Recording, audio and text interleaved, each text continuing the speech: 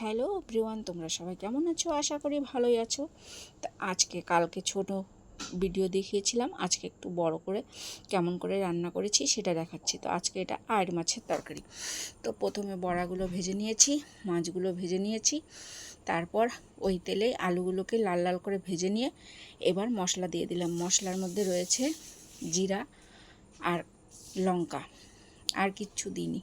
তো এই যে মশলাটা দিয়ে ভালো করে কষিয়ে নিলাম, তারপর দিয়ে দিলাম জল।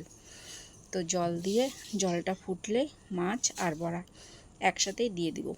তো দিয়ে দিলাম মাছগুলো।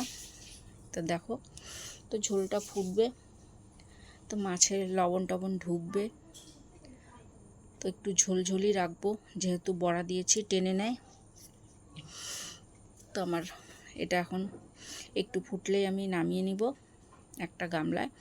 তারপর তেজপাতা, জিরা, শুকনো লঙ্কা ফোড়ন দিয়ে মাছের ঝোলটাকে আবার ফোড়ন দিলাম। তো দেখো, তোমরা এভাবে করবে, দেখবে খুব স্বাদ হয়। উপর দিয়ে ধনেপাতা দিয়ে দিলাম। তো ভালো লাগলে আমার পাশে থাকবে। নেক্সটে আবার দেখা হবে। টাটা।